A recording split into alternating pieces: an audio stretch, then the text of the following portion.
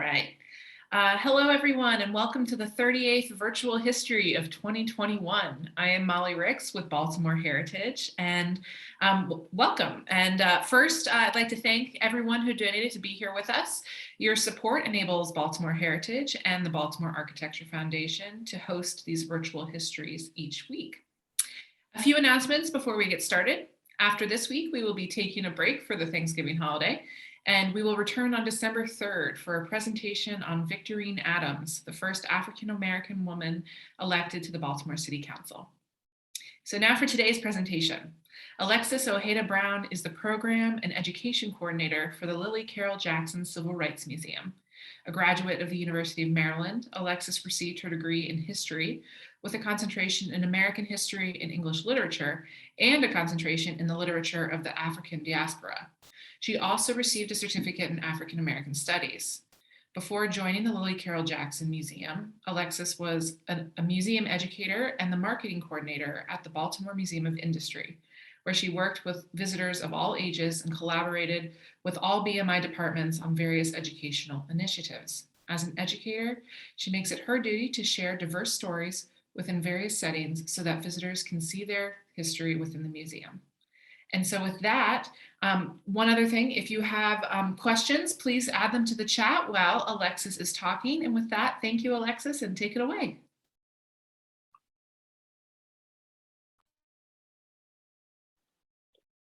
Hi, everyone. So thank you, Molly, for that introduction. I'm just going to say it again. I'm Alexis Ojeda Brown.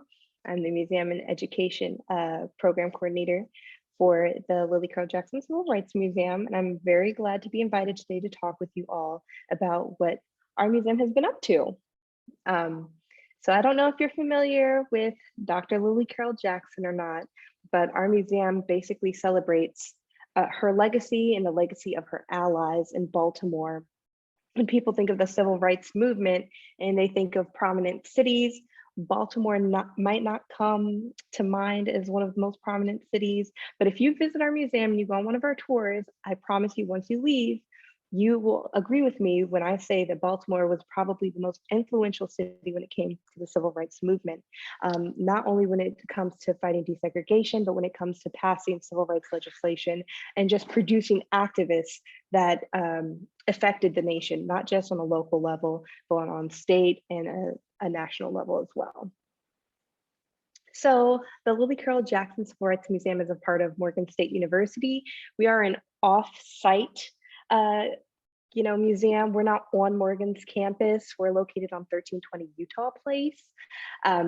But even though we're off-site from Morgan's campus, we work very closely with Morgan State University and their students. We have student interns that help support museum programming and initiatives. Our mission is to preserve and interpret the leadership of Baltimore and basically share the legacy of Dr. Jackson and invite people to continue that legacy through community advocacy.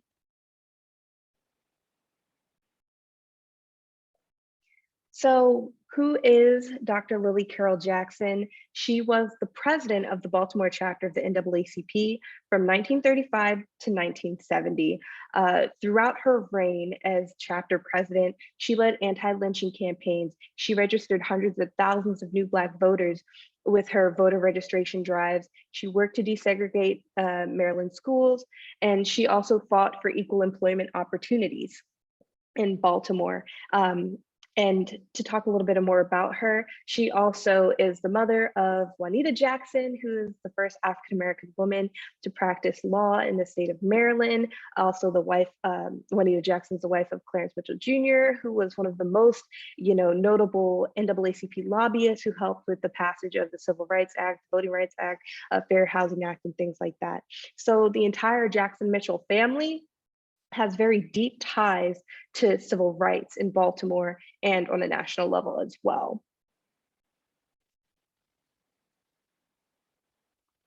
So today I'm going to talk to you about our long civil rights curriculum that we have been working on for the past 2-3 years for Baltimore City Public School students.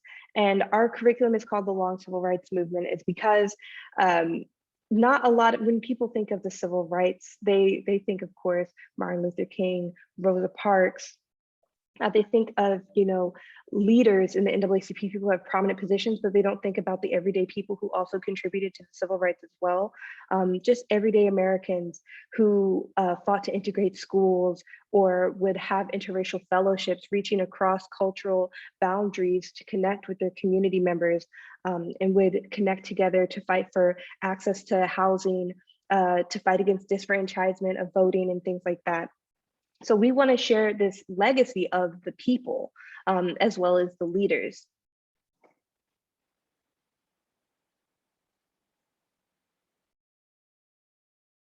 And I mentioned before, when you think of civil rights, Martin Luther King Jr., you'll know Medgar Evers. I mean, more people should know Medgar Evers, but hopefully people would know about Medgar Evers, know about Rosa Parks, know about Malcolm X and things like that.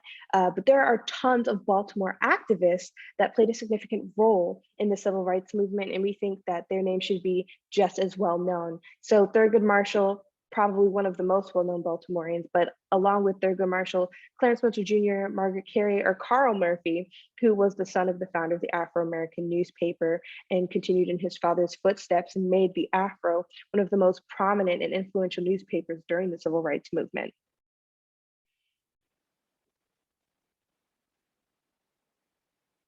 So the whole purpose of our curriculum is to expand what people think about civil rights, but specifically Baltimore youth. So when people think of the civil rights movement, you think of the start around Brown versus Board of Education in 1954, and it kind of ends around the assassination of Martin Luther King Jr. in 1968. But when we talk about this history, and yes, we have a lot of federal legislation passing during this time, we have a lot of prominent marches and protests during this time, but just focusing on this short period of time neglects to tell the stories of activists before 1954 and activists that are post 1968 and activists today, and how the fight for civil rights is a continuous thing that we're still fighting for.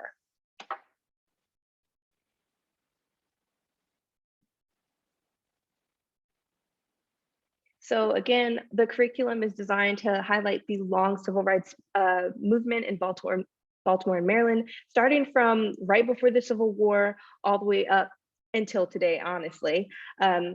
The reason why we want to introduce this curriculum to Baltimore City public school students is because we want them to know that their city is a place of power, that so many influential events have happened in Baltimore. A lot of positive changes that impacted the country happened in Baltimore and happened because of Baltimoreans, and that they would take pride in their city. Baltimore, as I had mentioned before, a lot of people don't think that Baltimore has such a prominent role in the civil rights movement. And when you see Baltimore and how it's portrayed in the media today, it's usually focusing on negative effects like poverty, gun violence, unemployment, housing issues and things like that. But how did we get here? How did we get to the Baltimore today? And knowing the history of civil rights, or knowing the history of public policy and how race has played a role in shaping Baltimore, affects the city that they live in today. And while understanding how we got here will hopefully encourage students to take pride in their city, but also start, thinking about ways that they can improve their city by knowing what the root of the issues are.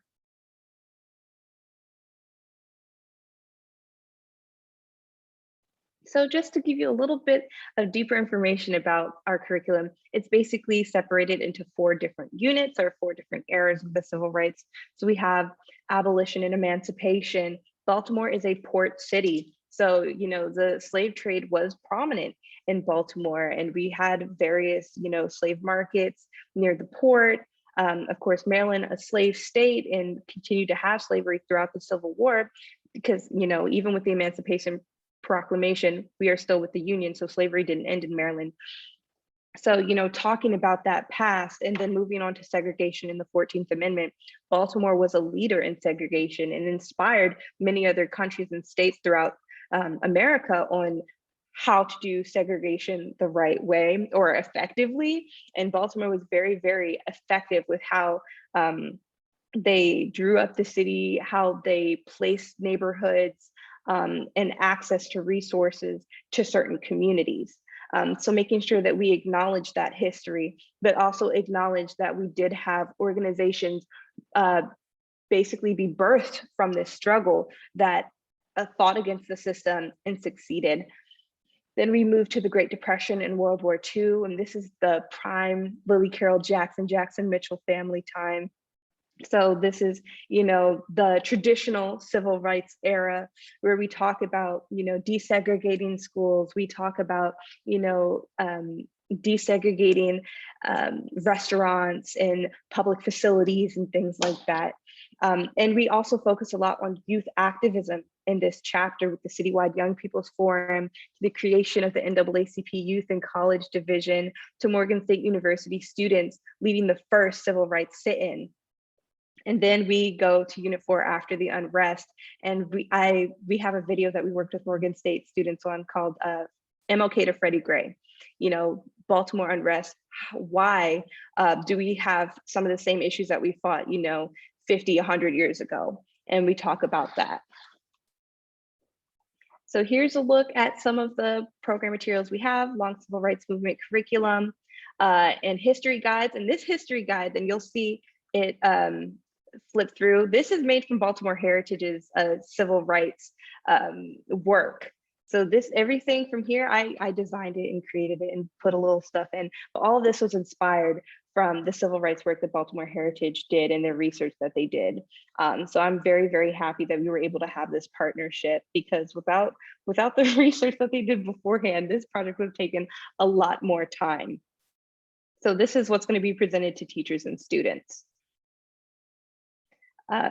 So this whole curriculum, it's virtual and on site. We want it to be flexible and accessible for teachers so they could choose what they want to do, and where you guys fit in, and why I want to talk to you guys. We're going to have a lot of students, coming back into the museum, or we're going to start having a lot of virtual tours, and we want the community to be involved in this project as well. So we're opening up our docent training program.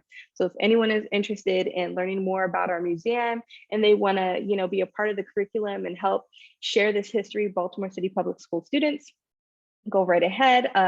You guys can reach us at lcjmuseum@morgan.edu, or you can follow us and contact us through our social media at Facebook, Instagram, Twitter at LCJM Museum. And I hope I wasn't talking too fast. I hope I didn't talk too long, but we can go ahead and take questions now. And I'll leave this shared screen up. Oh, okay, wonderful. Thank you, Alexis. Yes, so we do have some questions here. Can the curriculum be accessed online? So the curriculum will be able to be accessed online, but only for Baltimore City Public School teachers who are participating right now. This is a trial that we're going through. So we're having, 13 teachers implement the curriculum, test it out, give us feedback with how it is. And then we'll implement improvements and implement their feedback. And then on the next, the second phase, we hope to expand it. So while the curriculum itself won't be available to the public, it's accessible online for teachers who are participating, but we do have other aspects of the curriculum and the whole project that can be accessed. So we, how Baltimore Heritage has their amazing 5-minute history videos. Well, we have our version of like 10 minutes, it's 10 minutes, but it's partnered with them and having a civil rights legacy tour that will be, posted with Baltimore Heritage. So you guys, anyone could see those videos, and those were made with the help of Morgan State Swan students and theater students. Wonderful. And given the national impact of Dr. Jackson and her family, how do you weave that aspect of their broader footprint into your curriculum? So we have a lot of, and you guys couldn't really see it in the history guide that was flipping through really fast, but throughout each unit, we have a historical person in focus, or a historical case in focus, or a historical location focus, or we have connecting past to present sections in there where we take places in Baltimore that are significant, that still exist today and connected to the story of Dr. Jackson, but compare it to other locations in the United States that it can relate to. Great. And another question here is, why does the unit after the unrest, why does that unit stop at 1976? So we stop it at 1976, mostly because civil rights act, that was the height of the Black Power movement and things like that. And that mostly died off in the 80s or didn't get as much attention in the 80s. So while it stops at 76, we don't really stop it at 76. We connect it to present day. So all of the units connect to present day. But with the time frame that we have working with the Baltimore City Public School students and working with the United States framework, the social studies framework and things like that, we weren't able to fit in, the 80s and 90s. And when it comes to phase 2, when we start expanding our curriculum, that's when we'll be able to open up more modern decades. I hope that made sense. Yeah, that was great. And this is a really interesting question. In Texas, we have blowback from state politicians seeking to curb the honest discussion of these histories. Do you face that in any manner in Maryland? I will say, fortunately, we have not faced any blowback, but also we're staying within our community, very tight in our community. This is only for Baltimore City right now. So I don't know if people in Anne Arundel County or Calvert County are, more prominently white counties know what we're doing. And Baltimore is a city that is 65% Black. And many of the schools that we're working with have already been trying to implement, cultural competency aspects in their curriculums, but just haven't had the time to develop them. So that's where we stepped in. But I'm sure as we start expanding and as the curriculum grows and we start focusing more and creating curriculum about the rest of Maryland, we might run into some of those issues. But I will stay hopeful. Hope we don't run into those issues. And so we have a related question. Are you using critical race theory as a lens? No. Okay. That was really fast. Yeah, no, but good. I'm working through. I have a question. So forgive me if you said this, but could you talk about what ages this is geared towards or grade levels? And is this a whole year that this program would be happening? And finally, are there any, are visits to the museum as a part of this curriculum? So the age or the grade levels are middle school and high school students, but mostly eighth grade. We do have some seventh grade teachers that are interested. Not many sixth grade teachers because they're not really learning this materials in their curriculum and with Maryland Core Standards and things like that. So basically 7th to 12th grade are the age ranges that we're working with.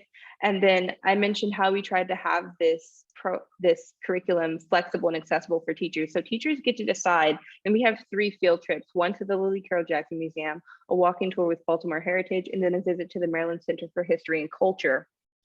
And teachers get to decide if they want to have virtual field trips, depending on how comfortable they are given the situation with COVID and everything, or if they'd want to have on-site field trips.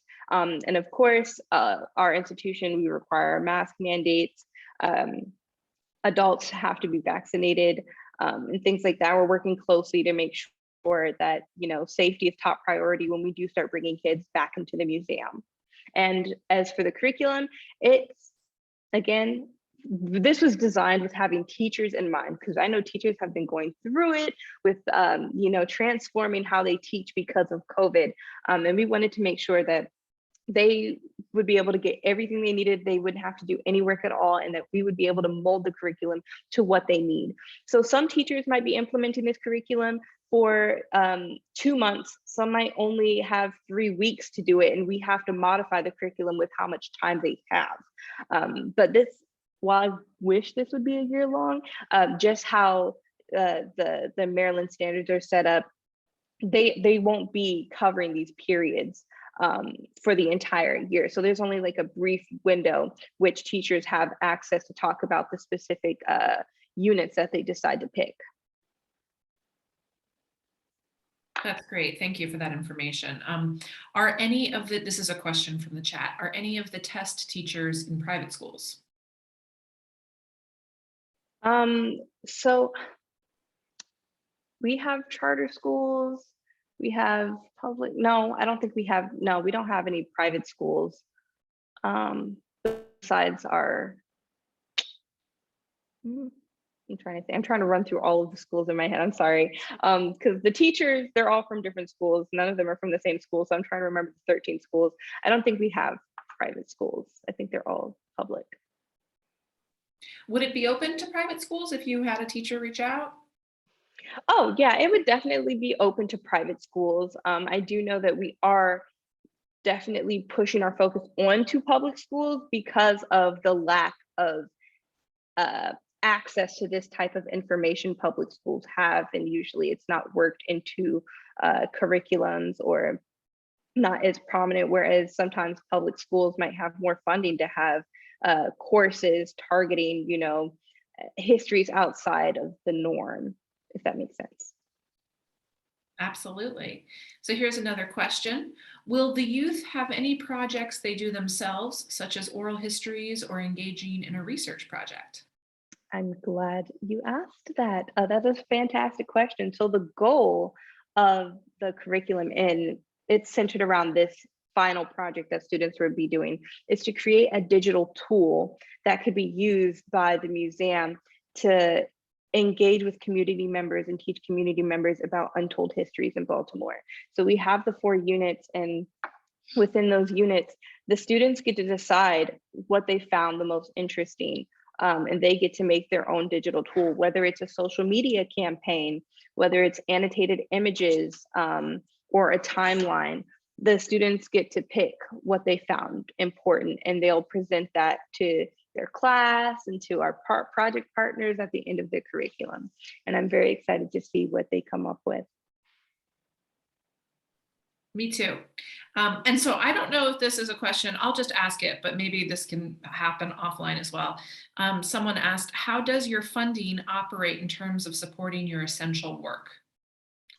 So this entire project is funded by IMLS, an IMLS grant. Um, Man, what does IMLS stand for? It's like museums and library sciences grant. So the entire project, from hiring myself, funding bus trips for schools, and printing costs and things like that, is all funded through the grant. And how many years does it fund? Is it just It's this a test or? So it was 3 years. Our grant is for 3 years, and this is the last year. Because of COVID, we kind of missed out on the first year was developing it. The second year was to implement it, and then the third year was supposed to change it up and implement it again. But we got the developing, but because of 2020, we weren't able to have our first year of implementing it. So we kind of lost a year and had to play catch up and redesign the whole thing to fit a COVID society. So we're in our last year now, and it'll be our first time implementing the curriculum, but we're currently applying for the grant again, and hopefully we get 3 more years to expand on this project. Wonderful. And we have another question. I'm loving this discussion and questions we're getting. So this person asked, how much info in the units talks about the cooperation of other groups and leaders, Catholic, Jewish, etc.? So you guys have fantastic questions. And there is a very heavy religious aspect to it, not necessarily teaching students about religions, but talking about the significance of various churches in Baltimore. Churches were some of the first places where African Americans were able to come together and organize and have a space to organize and connect with their community. And also Lillie Carroll Jackson, she attended Sharp Street Church, which is the church that Morgan State University was born out of. So talking about the importance of Black churches as a community center for advocacy, talking about allyship and cross-cultural communications. For example, the Gwen Oaks amusement park in Baltimore, we had Jewish rabbis and Catholic priests marching hand in hand, trying to desegregate this amusement park along with, Morgan State University students. So talking about how people from various cultures and religious communities came together to fight for civil rights. And then, to talk about abolition, you can't talk about abolitionists without talking about the contributions of Quakers or the Society of Friends and things like that. So it plays a heavy role in the majority of our units. And I love the mention of Gwyn Oaks. There's some great images from those protests there. So just a question that I was thinking about, to your knowledge, is this the first time a curriculum like this has been offered in Baltimore City Public Schools? To my knowledge, I believe so. Talking with teachers, uh, teachers have done their best. You know, they'll have teachers who will try and fit things in themselves, but there hasn't been exactly a solidified curriculum uh, that fits in Baltimore's local history on a national narrative. But I know there are community organizations and summer youth programs that have been doing this work long before us. But just being able to have Baltimore City Public Schools back us on this and help us implement it in there, I think we might be, paving the way for some more curriculum to be introduced to public schools. Wonderful. Well, on that note, this looks like a fabulous curriculum. Can't wait to see it grow. And thank you, Alexis, for being here with us. And I think we'll end it Thank there. you. Thank you for having me. I appreciate it. Fantastic questions.